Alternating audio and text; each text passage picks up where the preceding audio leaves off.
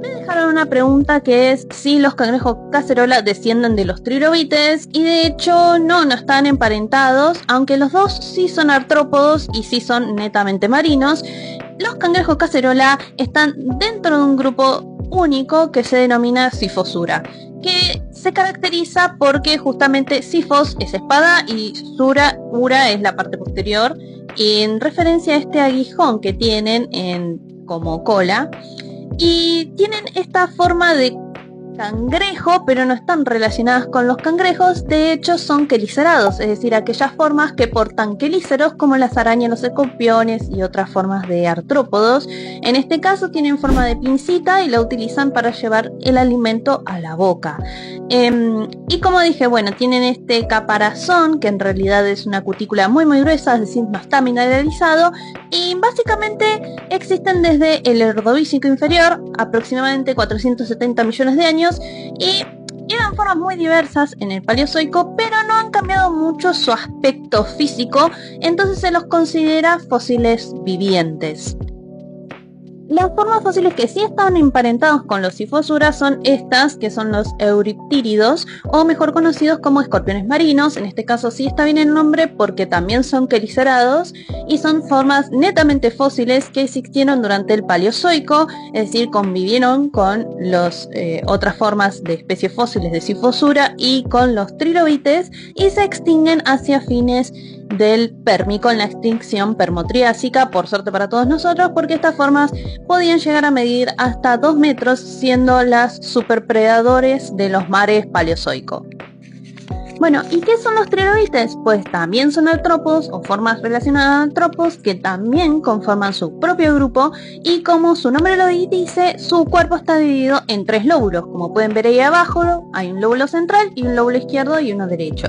Y a su vez el cuerpo está dividido en 3 secciones, un céfalo, un tórax y un pigidio. La clasificación de las especies y los distintos grupos de trilobites se basa justamente en las proporciones que hay del céfalo con respecto al pigidio, con respecto al tórax, el número de segmentos en el tórax, y si hay ornamentaciones en esas estructuras, como pueden ver acá, que podían presentar distintos tipos de espinas o estructuras ornamentando el exoesqueleto. Y se preservan y existen muchas especies fósiles de trilobites porque su exoesqueleto está mineralizado, a diferencia de lo que dije de los Sifosura. Ellos tienen un exoesqueleto de calcita y por eso se preserva y sabemos tanto de la anatomía de los trilobites.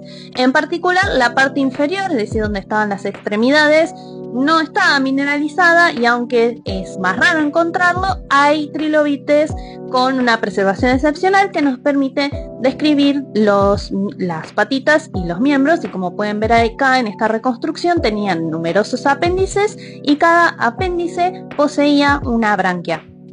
Y se caracterizaron por vivir durante todo el Paleozoico.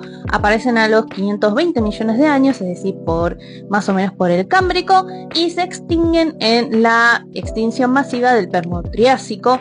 Se caracterizaban por medir desde 1 milímetro hasta 70 centímetros, siendo la forma más grande, y haber formas predadoras, filtradoras, excavadores, nadadores. Fueron muy diversos durante el Paleozoico.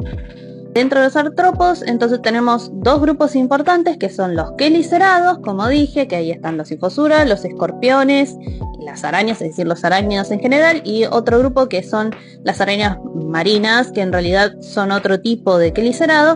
Y por el otro tenemos a los mandibulatas, es decir, aquellos que tienen mandíbulas, no quelíceros, que son como los 100 pies, los 1000 pies, los crustáceos y todos los insectos y otras formas afines, que son los hexápoda. Entonces, los trilobites, ¿qué son más afines? ¿A los quelicerados o a los mandibulados? Lo cierto es que no se sabe. Se cree en realidad que están más por fuera de todos estos grupos y se los considera artiópodos, es decir, ellos, los trilobites, junto con un montón de otras formas fósiles, están dentro de otro grupo que se cree que están emparentados con los artrópodos actuales, pero no se tiene bien una idea de cuáles son las afinidades o la historia evolutiva con respecto a todos estos grupos, ni qué aspecto podría llegar a tener ese ancestro común a todos los artrópodos.